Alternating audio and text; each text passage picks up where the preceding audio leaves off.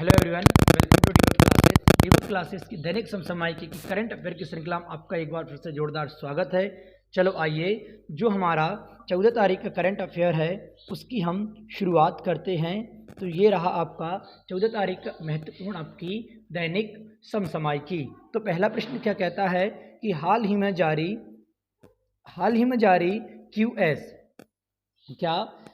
जारी QS Asia university ranking 2023 में कौन सी संस्था आपकी शीर्ष स्थान पर आपकी रही है, मतलब टॉप में आपकी शामिल हुई है। तो वो निकल कर आती है आपकी पेकिंग यूनिवर्सिटी। कौन सी? पेकिंग यूनिवर्सिटी, जो कहाँ की है? चाइना की है, चीन की निकल कर आती है। इसने कितने अंक? 100 मार्क्स आपके प्राप्त किए हैं, 100 अंक इसने प्राप्त किए हैं। और टॉप 100 में कहाँ पर? टॉप 100 में अगर इंडिया की यूनिवर्सिटी देखें तो 7 यूनिवर्सिटी किसकी शामिल हुई हैं? भारत की शामिल हुई हैं। कितनी हुई हैं? 7 यूनिवर्सिटी आपकी भारत की शामिल हो गई हैं। उन 7 में अगर देखा जाए भारत में पहले नंबर पर कौन सी निकल कर आती है? भारत में टॉप पायदान पर आती है IIT बॉम्बे। कौन है? IIT बॉम्बे, ये भारत में आती है टॉप पायदान पर। और ओवरऑल अगर रैंक की बात करें तो ओवरऑल विश्व में इसकी रैंक निकल कर आती है 40 रैंक पर आती है। ओवरऑल आ जाती है 40, लेकिन हम अकेले भारत की बात करें तो भारत में आती है कौन से नंबर पर? पहले नंबर पर भारत में आ जाती है। कुछ और जो इंडेक्सेस हैं उनके बारे में हम चर्चा करते हैं थोड़ी। जैसे हम देख सकते हैं हैनले पासवर्ड इंडेक्स। क्या निकल कर आती है? Henle password index. इसके बाद हम बात कर सकते हैं वैश्विक जेंडर इंडेक्स। हम बात कर सकते हैं शांति पर्यावरण सूचकांक। क्या? पर्यावरण सूचकांक। इसके बाद प्रेस स्वतंत्रता सूचकांक और हैप्पीनेस इंडेक्स। कौन सी? Happiness index. और भ्रष्टाचार। कौन सी? भ्रष्टाचार। ड्रग इंडेक्स आ जाती है। इसके अलावा एशिया पावर इंडेक्स आ जाती है। जलवायु परिवर्तन आ जाती है। हंगर इंडेक्स, नवाचार, ये सारी की सारी आपकी इंडेक्स आ जाती हैं। और आती है बौद्धिक संपदा। कौन सी? बौद्धिक संपदा कुछ दिन पहले हमने पढ़ी हुई थी। हैनले की अगर हम बात करें तो इसमें आती है इंडिया की 87 रैंक। जेंडर की अगर हम बात करें इसमें आती है इंडिया की 135 रैंक। शांति में हम बात करें तो इसमें भी 135, पर्यावरण में 180, प्रेस स्वतंत्रता सूचकांक में आती है 150, हैप्पीनेस इंडेक्स में आती है 136, भ्रष्टाचार में आ जाती है आपकी 85, ड्रग पॉलिसी में आ जाती है आपकी 18, एशिया पावर इंडेक्स में आ जाती है आपकी 4, जलवायु में आ जाती है आपकी 10, हंगर में आ जाती है 101, नवाचार में आ जाती है आपकी 46, बौद्धिक संपदा में आ जाती है आपकी 40। ये सारी क्या थी? रैंकिंग थी जो हमने कवर कर ली है महत्वपूर्ण परीक्षा की दृष्टि से। अब चल रहे हैं हमारे अगले प्रश्न की ओर।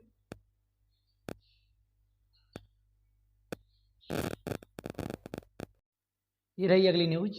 हाल ही में अमेरिका के मैरीलैंड की गवर्नर बनने वाली पहली प्रवासी महिला कौन बन गई हैं? हाल ही में अमेरिका के मैरीलैंड की गवर्नर बनने वाली पहली महिला आपकी कौन बनी है? तो वो निकल कर आती हैं अरुणा मिलर हैं। ये आपकी गवर्नर बन गई हैं। कहाँ की? अमेरिका की पहली महिला गवर्नर बनी हुई हैं। ये तो आपका बन जाता है महत्वपूर्ण। इसके पहले हम आगे बढ़ने से पहले एक प्रश्न हम देखेंगे जो हमने शायद कल की न्यूज में पढ़ा हुआ था कि इंडिया की फर्स्ट लेविशियन गवर्नर कौन निकल कर आती हैं? जो हमने कल पढ़ा था तो वो हो जाती हैं कौन? कौन हो जाती हैं? मॉरिहसी, जो आपकी अमेरिका की निकल कर आती हैं। अगर हम अमेरिका, कहाँ की? अमेरिका की अगर हम बात करें तो ये कहाँ स्थित है? तो ये आपका स्थित है अमेरिका।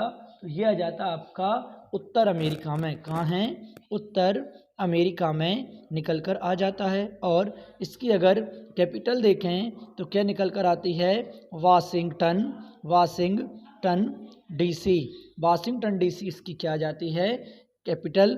और करेंसी, करेंसी क्या आती है, डॉलर आती है। और यहाँ के प्राइम मिनिस्टर देखे जाएं, प्राइम प्रेसिडेंट, प्रेसिडेंट कौन आते हैं, जो बाइडन, जो बाइडन आ जाते हैं यहाँ के प्रेसिडेंट। इसके अलावा वाइस प्रेसिडेंट जिसे क्या कहा जाता है, उपराष्ट्रपति, तो वो निकल कर आती हैं कमला हैरिस। कौन हो जाती हैं, कमला हैरिस हो जाती हैं वाइस प्रेसिडेंट, जो यहाँ की पहली महिला, पहली वुमेन प्रेसिडेंट, वाइस प्रेसिडेंट निकल कर आती हैं। और ओवरऑल में देखा जाए तो 49वें नंबर की ये भाई साहब आते हैं, कौन से, 46वें नंबर के निकल कर आते हैं। और अगर हम बात करें किसके लिए, जो आपका एशिया और अमेरिका किससे आपके अलग होते हैं, कौन सी जल संधि निकल कर आती है जिससे ये अलग होती है। चलो हम ऐसे बात कर सकते हैं, रूस और अलास्का, क्या, अलास्का और रूस किस जल संधि के माध्यम से आपके अलग होती हैं, तो वो निकल कर आती है कौन सी, बेरिंग जल संधि। कौन सी, बेरिंग जल संधि, जिसे क्या कहा जाता है, तिथि रेखा। बेरिंग जल संधि कहाँ से निकली हुई है, तिथि रेखा से आपकी निकली हुई है। और ये तो हमने देख लिया कौन सी, प्रवासी महिला दिवस। चलो एक प्रश्न भी तो बन सकता है आपका कि राष्ट्रीय भारतीय प्रवासी दिवस कब मनाया जाता है, क्या, भारतीय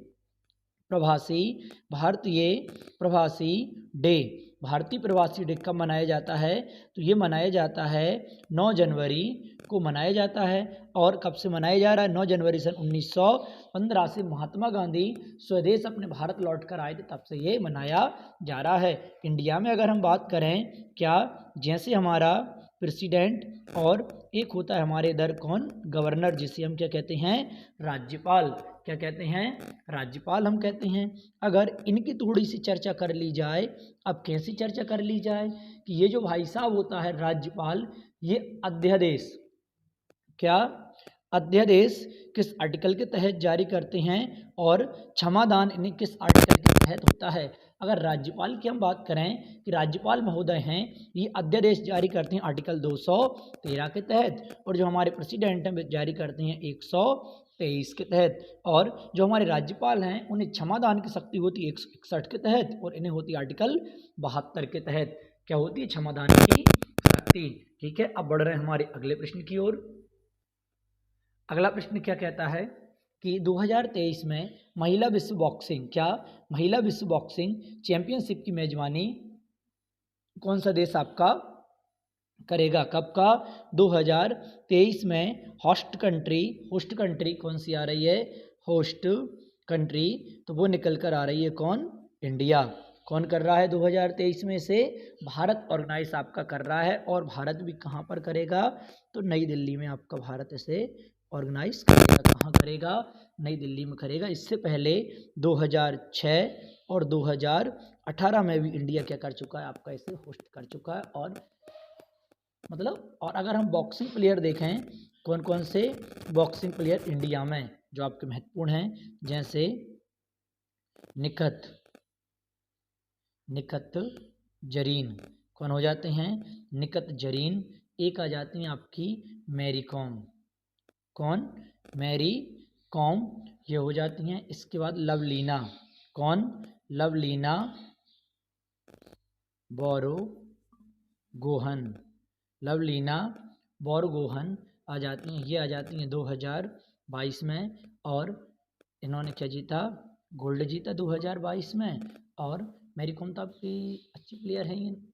और इनने शायद, लवलीना ने कौन सा जीता, कांस्य पदक जीता था। कौन सा जीता था, कांस्य पदक जीता था टोक्यो ओलंपिक में। क्या जीता था, कांस्य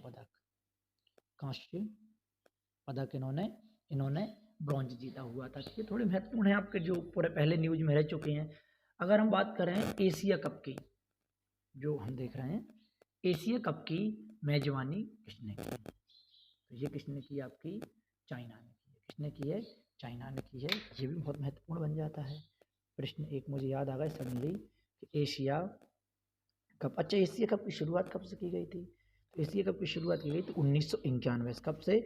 और पहली बार किसने ऑर्गेनाइज किया था, तो भारत ने ही किया था। पहली बार किसने किया था, भारत ने। लेकिन 2022 में किसने किया है, चीन ने किया है। 2022 में किसने किया है, आपका चीन ने किया है। तो ये भी थोड़ा महत्वपूर्ण आपका बन जाता है। अच्छा, एक 42वां शतरंज ओलंपिक कहाँ आयोजित हुआ, 42 नहीं सॉरी 44वां कौन सा? 44वां शतरंज।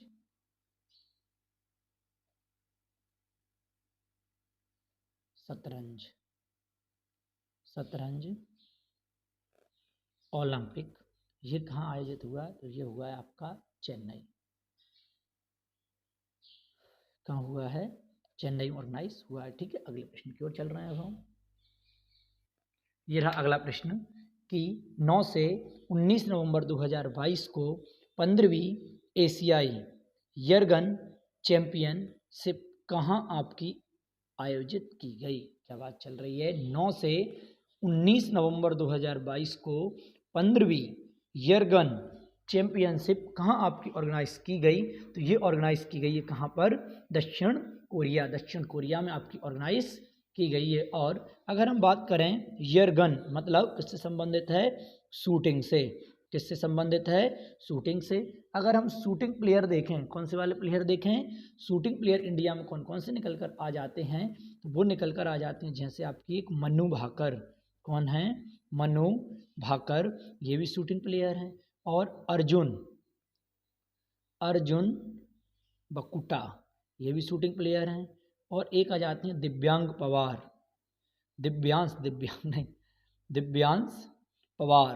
ये भी आपके शूटिंग प्लेयर हैं। और दक्षिण कोरिया ने क्या छोड़ा? आपका नूरी उपग्रह भी आपके छोड़ा, दक्षिण कोरिया ने छोड़ा। और इसकी कैपिटल क्या निकल कर आती है?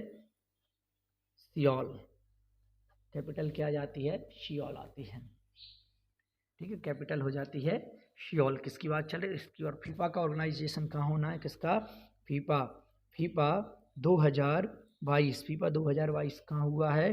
कतर, दोहा, जिसमें इंडिया ने क्या नहीं लिया? भाग नहीं लिया। कतर, दोहा। और उबेर कप, कौन सा? उबेर कप, ये 2022 कौन रहा है इसका विनर? मतलब ये आपका साउथ कोरिया ही ना हुआ? साउथ कोरिया विजेता रहा है। कौन रहा है? South Korea. कौन रहा है? साउथ कोरिया रहा है इसका विजेता। ये भी थोड़ा कैसा बन जाता है? महत्वपूर्ण आपका हो जाता है। ठीक है, अगले प्रश्न की ओर बढ़ रहे हैं अब हम। ये रहा अगला प्रश्न कि 10 नवंबर 2022 को किस देश में दूसरी बिम्स्टेक की कृषि मंत्रियों की बैठक आपकी संपन्न की गई है? तो ये कहाँ की गई है? भारत में आपकी संपन्न की गई। किसकी? बिम्सटेक की। जिसे कहा जाता बंगाल की खाड़ी वाले देश। क्या आ जाते हैं? बंगाल की खाड़ी वाले देश। बंगाल की खाड़ी वाले देश इसमें आ जाते हैं सारे के सारे। अब कैसे हम वो भी समझें। अच्छा, इसकी स्थापना कब की गई? बिम्स्टेक की 1997 में। कब की गई थी? 1997 में। अगर इसका हेडक्वार्टर पूछ ले तो कहाँ निकल कर आता है? ढाका। और ढाका कहाँ पड़ता है? तो ये आता है आपका भूटान में आता है ढाका। अरे बांग्लादेश में आता है। कहाँ आता है? बांग्लादेश में आता है। और 2000 किसकी बात चल रही है आपकी? 2000 इसमें मेंबर कंट्री हम देखें 1 2 3 4 5 6 7 मेंबर कंट्री कितनी आ जाती हैं इसकी? 7। जैसे Bangladesh, India, Myanmar, Sri Lanka, Thailand. और थाईलैंड के बाद एक हो जाता है भूटान और एक हो जाता है आपका नेपाल। ये 2 हट के आ जाते हैं। इनकी जगह पर क्या हो जाते हैं? भूटान। और देखना, Bangladesh, India, Myanmar, Sri Lanka, Thailand. और यहाँ आ जाता है एक आपका भूटान और एक आ जाता है यहाँ पर नेपाल। ऐसे आपकी ये कंट्री सारी की सारी बन जाती हैं।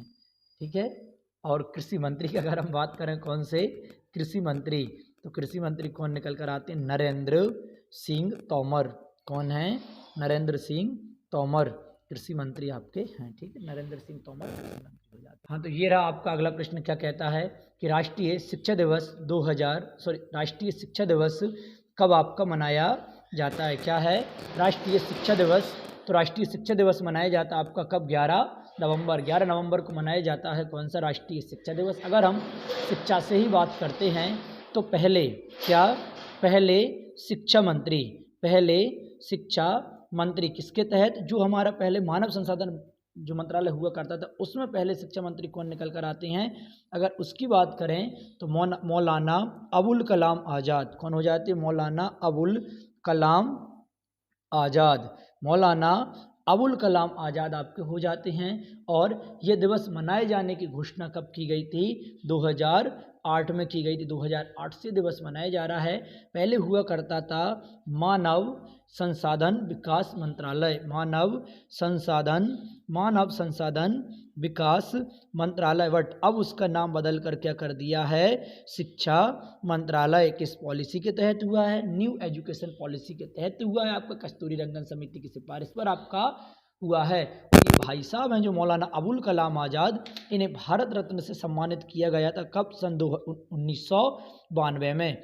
1992 में इन्हें भारत रत्न से भी सम्मानित किया गया था। इस कारण भी ये थोड़ा आपका महत्वपूर्ण बन जाता है। अब देख रहे हैं हम, जैसे वर्तमान में अगर शिक्षा मंत्री देखा जाए, वर्तमान के तो लिख लो, वर्तमान में कौन आ जाते हैं? धर्मेंद्र प्रधान। कौन है? धर्मेंद्र प्रधान। ये वर्तमान में आपके शिक्षा मंत्री निकल कर आ जाते हैं, जो फिलहाल की कंडीशन में आपके शिक्षा मंत्री हैं। और अगर हम देखें कि अंतर्राष्ट्रीय शिक्षा दिवस, अति महत्वपूर्ण प्रश्न है, अंतर्राष्ट्रीय शिक्षा दिवस कब आता है? तो ये आता है आपका 24 जनवरी। कब आता है? 24 जनवरी को अंतर्राष्ट्रीय शिक्षा दिवस आपका आ जाता है। अगर सर्वाधिक साक्षरता लिटरेसी दर की अगर हम बात करें तो कहाँ निकल कर आती है? केरल में आ जाती है सर्वाधिक। और न्यूनतम अगर हम देखें तो न्यूनतम कहाँ आती है? बिहार में आपकी आ जाती है। अकॉर्डिंग वाई 2011 की जनगणना, किसके द्वारा? 2011 की जो जनगणना है उसके अकॉर्डिंग हम सब कुछ ये बता रहे हैं। और मौलाना जो अबुल कलाम आज़ाद हैं, कौन? मौलाना अबुल कलाम आज़ाद, इनकी एक पुस्तक है, उस पुस्तक का नाम क्या निकल कर आता है? India wins freedom. क्या निकल कर आता है? India wins freedom. ये इनकी क्या निकल कर आती है? पुस्तक निकल कर आती है। किनकी? मौलाना अबुल कलाम आज़ाद की। तो ये क्या बन जाता है? महत्वपूर्ण हो जाता है। चलो एक और प्रश्न देख लो अगर आपको लग रहा है तो। जैसे हमारा शिक्षा का अधिकार किस संविधान संशोधन के तहत आता है? तो ये महत्वपूर्ण थोड़ा बन जाता है प्रश्न। क्या? शिक्षा का अधिकार। क्या? शिक्षा का अधिकार, जो मौलिक अधिकार है हमारे, उनके अंतर्गत ये निकल कर आएगा। शिक्षा का अधिकार मौलिक अधिकार है हमारा। तो ये कौन सा आर्टिकल अगर पूछ ले तो आर्टिकल आता है आपका कौन सा? 21A। आर्टिकल आता है 21A। और संविधान संशोधन आता है कौन सा? 86वां संविधान संशोधन सन 2002। अभी हाल ही में एनटीपीसी में आपका ये पूछा गया है। किसमें पूछा गया है? एनटीपीसी में ये प्रश्न आपका पूछा गया था। और अगर मैं बात करूं, राइट टू एजुकेशन एक्ट कब आया? और राइट टू इंफॉर्मेशन एक्ट आपका कब आया? राइट टू एजुकेशन एक्ट की हम बात करें, यह आया 2009 में। और राइट टू इंफॉर्मेशन एक्ट की हम बात करें, यह आया आपका 2005 में। तो ये क्या थे? सारे के सारे अति महत्वपूर्ण आपके प्रश्न चल रहे थे। अब चल रहे हैं हमारे अगले प्रश्न की ओर। ये रहा अगला प्रश्न कि 10 नवंबर 2022 को भारतीय सेना ने किस राज्य में बलौंग मेला का आयोजन आपका किया है? क्या? भारतीय सेना। किसने किया है? भारतीय सेना ने कहाँ पर बलौंग आपका एक मेला है उसका आयोजन किया है? तो ये निकल कर आता है आपका कहाँ? अरुणाचल प्रदेश में। कहाँ ऑर्गेनाइज किया है इन्होंने? अरुणाचल प्रदेश में इस मेले का ऑर्गेनाइजेशन इन्होंने किया है। अगर हम बात करते हैं किसकी? वैसे अरुणाचल प्रदेश की तो हमने बहुत सारी बात की हुई है। चलो उड़ीसा में अगर हम देख लें तो कौन सा आता है? धानु यात्रा आता है। सिक्किम में लोसांग त्यौहार आता है। असम में अम्बुबाची निकल कर आता है। और ठीक है, अब देख रहे हैं हमारे क्वेश्चन ऑफ द डे की ओर। क्वेश्चन ऑफ द डे आपका क्या कहता है? वीडियो अगर पसंद आ रही है लाइक करें, शेयर करें और सब्सक्राइब करना तो कतई ना भूलें। ठीक है, अगले प्रश्न की ओर बढ़ते हैं जिसे हम कहेंगे क्वेश्चन ऑफ द डे।